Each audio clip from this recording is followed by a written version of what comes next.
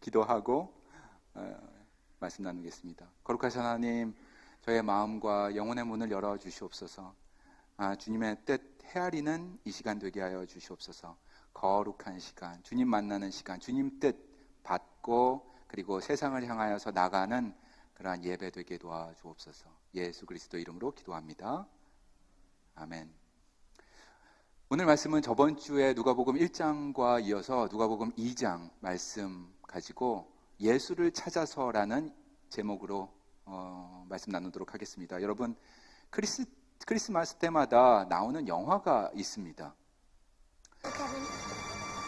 먼저 한번 볼까요? 네.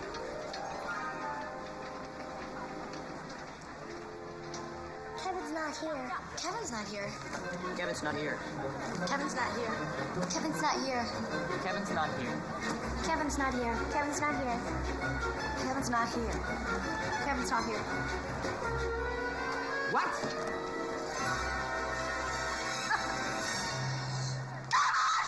이 유명한 장면이잖아요.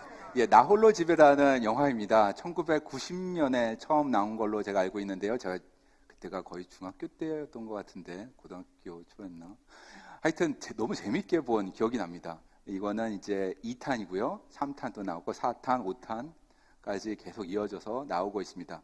이 영화에서 중요한 장면 중 시그네이처 장면 중에 하나라면은 케빈 엄마가 저렇게 놀라는 장면입니다. 케빈이 없다는 것을 깨닫게 되었을 때, 아들을 잃어버렸다는 것을 인식하였을 때 놀라는 것이죠. 케빈 하면서 뒤로 발랑 넘어지는 이 장면 기억에 납니다.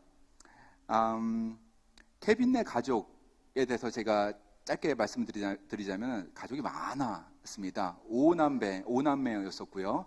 크리스마스 때만 되면은 큰 집이 또 찾아옵니다. 큰 집에 또 아이들이 많이 있어가지고 북적북적한 것이지요. 그리고 1탄에 보면은 그 프랑스 파리에 있는 친족 집에 가게 되는데, 가는 과정 중에서 준비하고 분주하게 될 때에 어떻게 하다가 실수로 케빈을 집에 두고 간다. 그래서 소동이 일어난다. 그런 내용입니다. 그래서 케빈이 홀로 집에 있기 때문에 홈 얼론. 그래서 나 홀로 집에, 그런 영화 되겠습니다. 저는 이 영화를 볼 때마다 가끔 이 영화가 뜨더라고요. 넷플릭스에 12월만 되면 이렇게 딱 뜨더라고요. 그래서 볼 때마다 10년 전에, 지금으로부터 10년 전에 제 과거의 일이 떠올라서 가슴을 쓸어내리곤 합니다. 그때 무슨 일이 있었냐면요. 제 딸이 둘이 있는데요.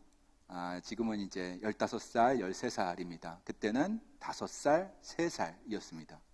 어느 토요일 오후였습니다. 하와이 그 카네오에 지역에 있는 쇼핑센터 아시죠? 거기, 하와이에서 오신 분이 계셔가지고요. 그 카네오에 있는 쇼핑센터에 가서 아이들하고 노는 날이었습니다. 토요일 오후. 그 주중에 아이들을 돌보느라고 수고한 아내에게 집에서 좀 쉬라고 하고선 제가 두 딸을 데리고 그 인도어 놀이터가 있는 쇼핑센터 안으로 들어갔습니다. 안에 들어가자마자 아이들이 뛰어가더라고요. 뛰어가서 놀이터에서 놀고, 그리고 다른 아이들과 어울리고 웃고 그렇게 즐겁게 노는 것을 보게 되었습니다. 저는 뿌듯한 마음으로 안심을 하고 옆에 있는 부모님들이 앉아있는 의자에 앉게 되었습니다. 이렇게 바라보고 있는데 자연스럽게 제가 주머니에 손이 가더라고요. 왼쪽 주머니에. 뭘 꺼냈을까요? 그렇죠. 스마트폰을 자연스럽게 꺼내게 되더라고요. 그래서 이렇게 보고 읽고 하는데 시간이 많지 않은 시간이었는데 조금 흘렀습니다. 그럴 때에 제 첫째 아이 은혜가 5살이었는데 저에게 다가와서 질문을 하는 것입니다. 아빠, 은석 어디 있어요? 그러는 거예요. 야, 은석 어디 있겠니? 여기 앞에 있었는데 여기 있겠지. 요 동굴 안에서 놀 거야. 조그만 동굴이 요만한 게 있었거든요. 그래서 안에 있나 은서야 불렀습니다. 그런데 대답이 없길래 이 등골이 싸해지는 느낌이 들었습니다. 딸 아이들과 함께 있을 때는 아이들에게서는 절대 눈을 떼지 말라는 그녀의 목소리가 들리는 듯 했습니다. 그리고 절대로 스마트폰을 보지 마라는 그 당부도 생각이 났습니다. 그리고 얼마 전에 보았던 것 같은 신문에서 어린이 유괴 사건도 번뜩 이렇게 머리에서 떠오르는 것이었습니다. 저는 재빨리 일어나서 제 은서가 좋아하는 그 동그란 동굴 길게 있는데 거기 안으로 들어가게 되었습니다. 은서야, 은서야 하면서 찾는 것이죠. 근데 너무 좁아가지고 나오는데 힘들었습니다. 여기 걸리더라고요. 일어나서 나와서 주위를 돌아보니까 그때가 성탄절 기간이어서 많은 사람들이 그 카네오의 그 쇼핑센터 안에 오게 되었습니다. 저는 인파들을 보게 돼서 지나가는 많은 사람들을 스캔하게 되었습니다. 그리고 조그만 아이가 있는지 살펴보았지만 조그만 아이는 없었습니다. 은서가 저의 시야에서 사라졌다는 것, 그리고 제가 보호할 수 있는 경계 밖에 있다는 것을 인식하게 되었을 때 갑자기 공포심이 들게 되었습니다. 지금도 제가 말씀을 드리면서 그 느낌이 들어오는 듯합니다. 심장이 뛰기 시작합니다. 그리고 다리에 힘이 풀리는 것을 느끼게 되었습니다. 그리고 저도 모르게 자연스럽게 이 외침이 나오는 것이었습니다. 이름을 부르는 것이죠. 얼마나 큰 소리로 불렀을까요? 은서야, 레이나 하고 부르게 되었습니다. 거기 있는 많은 사람들이 저를 쳐다보았습니다. 그 순간에 저에게서 불과 10m도 되지 않는 곳에서 은서의 목소리가 들렸습니다. 놀이 공간이 이렇게 있었는데 놀이 공간 바깥에 아이들용 빨간색 버스가 있었는데요. 그 안에서 핸들을 잡고 버스 운전 놀이를 하고 있는 천진난만한 은서를 보게 되었습니다. 여러분, 감사의 말이 자연스럽게 터져 나왔습니다. 하나님, 감사합니다. 감사합니다. 그런 말이 자연스럽게 나오더라고요. 그리고 제 옆에 있는 딸 아이에게, 은혜에게, 첫째 아이에게 제가 뭐라고 했을까요? 엄마한테 얘기하지 마. 그게 두 번째 얘기였습니다. 은혜를 그렇게 믿었는데 그날 저녁에 제 믿음을 저버리고 모든 것을 다 낱낱이 얘기해 주었습니다. 아무튼 저는 그날 큰 안도의 한숨을 쉬게 되었습니다. 오늘 본문에 나오는 마리아와 요셉의 상황도 이와 비슷했다고 생각합니다. 사랑하는 아들을 잃어버렸다가 다시 찾는 내용입니다. 누가복음 2장 41절 가서 보도록 하겠습니다. 같이 읽을까요? 그의 부모가 해마다 유월절이 되면 예루살렘으로 가더니 예수께서 12살 되었을 때에 그들이 이 절기의 관례를 따라 올라갔다가 그날들을 마치고 돌아갈 때에 아이 예수는 예루살렘에 머무셨더라. 그 부모는 이를 알지 못하고 1년에 한 번 오는 큰 명절이었습니다. 명절은 어떤 명절이었을까요? 유월절. 유월절은 유대인들에게 가장 큰 명절이었습니다. 마리아와 요셉은 그의 가족들과 예루살렘으로 올라갔습니다. 가족들뿐만 아니라 먼 길을 가야 하기 때문에 갈릴리 지역 시골 마을 나사렛이라는 동네에서 내려가기 때문에 가족들, 친구들, 친족들 그리고 이웃들과 함께 나사렛에서 예루살렘으로 올라가게 되었습니다. 예수님이 12살 때였더라 기록하고 있습니다. 6월절 명절을 잘 마친 후 이제 다시 고향으로 돌아가는 길입니다. 하루 풀데이 여정을 가는 동안에도 아들의 부재를 느끼지 못했습니다. 당연히 무리 안에 저쪽 어딘가에서 동행하고 있겠지 하고 생각했습니다. 아들이 없다는 것을 깨달았을 때에 마리아와 요셉의 반응은 어떠했을까요? 여러분, 저는 상상이 갑니다. 제가 했었던 반응처럼 하지 않았을까?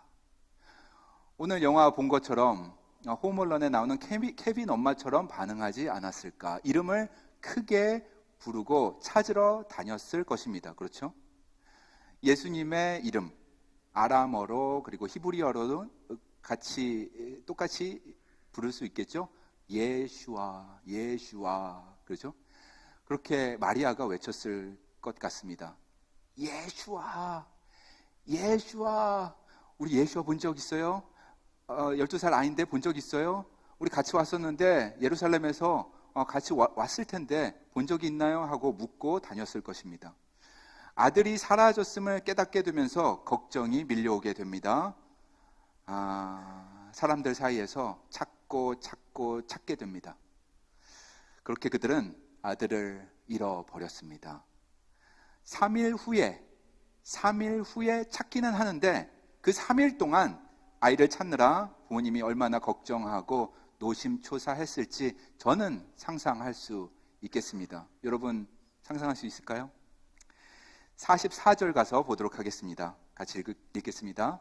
동행 중에 있는 줄로 생각하고 하룻길을 간 후 친족과 아는 자 중에서 찾되 만나지 못하매 찾으면서 예루살렘에 돌아갔더니, 이렇게 예루살렘에 돌아갔습니다. 마리아와 요셉 하루를 와서 또 다른 하루 동안 예루살렘으로 돌아갔습니다. 예루살렘에 다시 왔다 해도 아들을 찾기가 쉽지가 않습니다.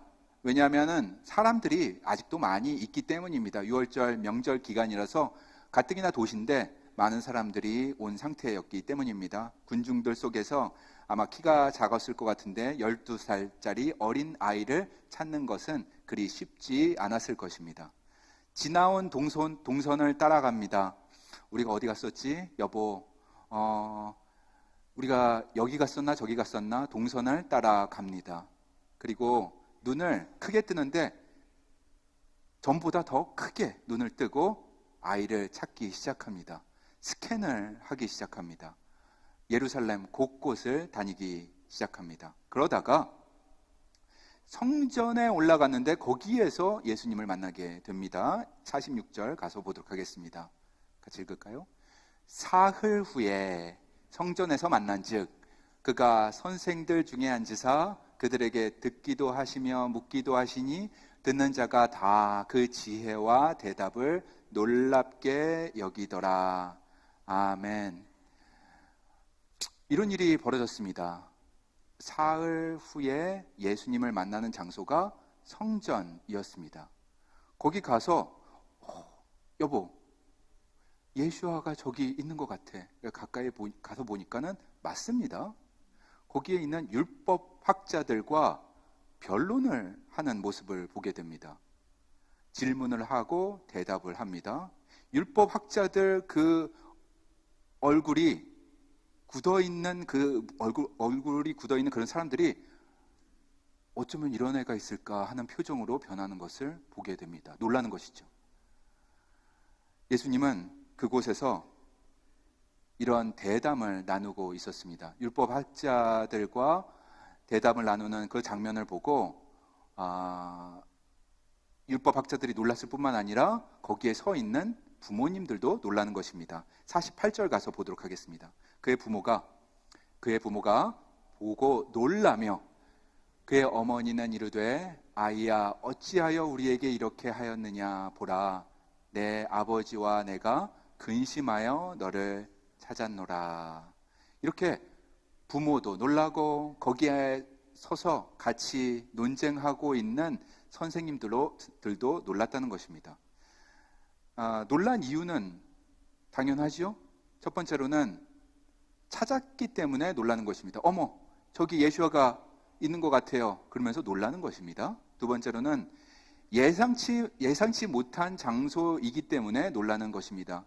예수님이 계셔야 할 곳은 12살짜리 아이가 뛰놀 수 있는 놀이터일 텐데요. 그곳에 있지 않고 성전에 있기 때문에 놀라는 것입니다. 그리고 그곳에서 거기에 있는 율법에 빠삭한 율법 학자들과 이야기를 나누고 있는 장면을 보고 놀라는 것입니다. 그리고 그 장소에서 그 어린 나이임에도 불구하고 수준 높은 질문과 대답을 하는 것을 보게 됩니다. 율법에 대한 깊은 이해가 있는 것, 그리고 지혜가 있는 것, 그 권위 있게 말하는 것에 놀라게 되는 것입니다. 49절 말씀 제가 읽도록 하겠습니다. 예수가 부모에게 말하였다. 어찌하여 나를 찾으셨습니까? 내가 내 아버지 집에 있어야 할 줄을 알지 못하셨습니까? 그러나 부모는 예수가 자기들에게 한 그 말이 무슨 뜻인지를 깨닫지 못하였다. 이어서 51절도 읽습니다. 예수는 부모와 함께 내려가 나사렛으로 돌아가서 그들에게 순종하면서 지냈다. 이제부터는 순종하면서 지냈다고 이제 나오네요. 예수의 어머니는 그 모든 일을 마음에 간직하였다. 이런 말도 기록하고 있습니다. 예수님이 이런 하셨던 일, 3일 동안 헤어졌던 이 일을 마음에 간직하였다. 예수는 지혜와 키가 자라고 하나님과 사람에게 더욱 사랑을 받았다. 많이 걱정했다는 마리아와 요셉의 말에 예수님이 이렇게 대답합니다. 어찌하여 나를 찾으셨습니까? 내가 내 아버지 집에 있어야 할 줄을 알지 못하셨습니까? 이 대답을 당시의 마리아는 이해하지 못했습니다. 그러나 마리아는 마음에 이 일을 담겨 두었다고 성경은 기록하고 있습니다. 여러분, 이 이야기가 잃어버리고 3일 만에 되찾은 예수 그리스도의 어린 시절 이야기가 되겠습니다. 예수님의 유년 시절에 대한 유일한 이야기 되겠습니다. 그러므로 우리에게 소중한 이야기입니다. 어머니 마리아에게도 소중한 이야기가 될 것입니다. 당시에는 다 이해할 수 없었지만 늘 마음에 간직한 그러한 이야기가 되었습니다. 이 말씀은 오늘 우리에게도 주는 메시지가 있다고 저는 믿습니다. 제가 오늘 본문 누가복음 2장을 묵상하면서 드는 질문은 매우 단순한 것이었습니다. 다른 복음서의 저자들도 이 이야기를 쓸만한데 왜 누가만 이 이야기를 우리에게 전해주는 것일까? 마태, 마가, 요한도 우리에게 알려줄 만한데 왜 누가만 그의 서신에 기록하였던 것일까? 이유가 있지 않았을까? 예수님의 어린 시절을 대표하는 유일한 단 한 가지 에피소드로 이 이야기를 선택한 이유가 무엇일까? 저는 묵상하다가 이 구절을 발견하게 되었습니다. 46절 말씀입니다. 같이 읽을까요? 사흘 뒤에야 그들은 성전에서 예수를 찾아냈는데 그는 선생들 가운데 앉아서 그들의 말을 듣기도 하고 그들에게 묻기도 하고 있었다. 사흘 뒤에야. 저는 이 단어, 이 숫자가 묵상하는 가운데 큰 글자로 제게 나오게 되었습니다. 셋째 날에 그들은 예수를 다시 발견하게 되었다. 예수의 공생애를 기록한 누가복음에 예수님의 공생애가 잘 기록되어 있습니다. 그리고 예수님이 승천하신 후에 성령님께서 어떻게 운행하셨는지 이루신 일들을 사도행전에 누가는 기록하고 있습니다. 누가복음과 사도행전을 보게 되면은 3이라는 숫자가 어떠한 것인지 우리에게 가르쳐 주고 있습니다. 예를 들어서 누가복음 11장에 보면 복음서 중에 유일하게 구약의 이야기를 우리에게 전해주고 있는데 요나의 이야기입니다. 요나가 큰 물고기 뱃속에서 3일 동안 있다가 빛을 보게 된 이야기를 기록하고 있습니다. 누가가 쓴 사도행전 9장에 보면은 그리스도인들을 그렇게 핍박하던 사울, 나중에 바울이 되죠. 바울이 다메섹 도상에서 예수님을 만난 후 3일 동안 보지 못하고 금식한 기록이 있습니다. 이는 죽음에서 생명으로 나아감을 우리에게 보여주고 있습니다. 사도행전 10장에서는 베드로가 기도 중에 하늘에서 큰 보자기 같은 그릇이 내려오는 환상을 3번 보게 됩니다. 이것은 예수 그리스도의 복음이 이스라엘 사람들뿐만 아니라 이방인들까지도 나아가게 될 것이다 라고 확신을 주는 사건이 되었습니다. 오늘 본문에 3이라는 숫자가 또 나옵니다. 셋째 날이 되어서 마리아와 요셉이 아들 예수를 발견했다고 우리에게 가르쳐주고 있습니다.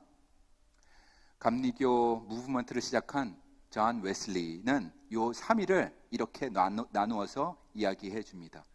첫째 날은 예수님 없이 예루살렘으로 다시 가는 그 날 하루. 그리고 둘째 날은 아닙니다. 첫째 날은 예루살렘에서 나사렛으로 간 하루. 둘째 날은 나사렛 쪽으로 가다가 예루살렘으로 돌아가는 날 하루. 그리고 마지막 셋째 날은 예루살렘에서 예수를 찾으러 구석구석 돌아다녔던 그 날 하루. 이렇게 총 3일이 걸렸다고 우리에게 알려주고 있습니다. 여기서 중요한 부분은 3이란 숫자의 상징성이 되겠습니다. 그것은 6월절이 지나고 그 명절이 지나고 3일이 되었을 때에 소년 예수가 발견되었다는 것입니다. 그리고 그로부터 20여 년이 지난 후에 6월절 같은 날, 같은 장소에서 어떤 중요한 사건이 벌어진다는 것입니다. 그 6월절에 예수님이 십자가에 달려 돌아가시게 되었습니다. 그리고 그 십자가에서 돌아가신 지 3일 후에 죽은 자 가운데서 다시 살아나셨습니다. 성경에서 이렇듯 3이라는 숫자가 중요한 상징으로 우리에게 다가옵니다. 성부, 성자, 성령, 삼위일체와도 밀접하게 연관이 되어 있습니다. 이것은 하나님 일하심의 완전함을 우리에게 알려주고 있습니다. 죽음에서 생명으로, 혼돈에서 질서로, 어둠 가운데서 빛으로 나아가는 그것을 3이라는 숫자로 상징적으로 알려주고 있습니다. 누가복음을 기록한 저자 누가에게는 이 부분이 중요한 것이었다라고 저는 믿습니다. 예수님의 어린 시절 이야기는 이것 하나만으로 충분했습니다. 이것으로 장차 예수님이 어떤 모습을 보여주실지 예견해 주셨습니다. 누가뿐만 아니라 사도 바울도 같은 이야기를 우리에게 해주고 계십니다. 고린도전서 15장 3절 말씀 보도록 하겠습니다. 같이 읽겠습니다. 내가 받은 것을 먼저 너희에게 전하였노니 이는 성경대로 그리스도께서 우리 죄를 위하여 죽으시고 장사 지낸 바 되셨다가 성경대로 사흘 만에 다시 살아나사 성경대로 예언한 대로 사흘 만에 다시 살아나사 예수 그리스도의 부활을 선언하고 있는 것입니다.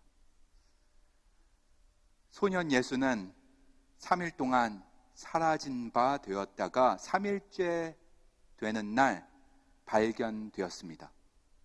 그로부터 20년 후에 같은 날 같은 장소에서 예수님은 사흘 동안 우리 곁에 있지 않았습니다. 세상은 어둠 가운데 있었습니다. 완전한 어둠 가운데 있었습니다. 그 3일 동안. 그리고 주님의 완벽한 때에 3일 후에 예수님은 사망을 이겨내셨습니다.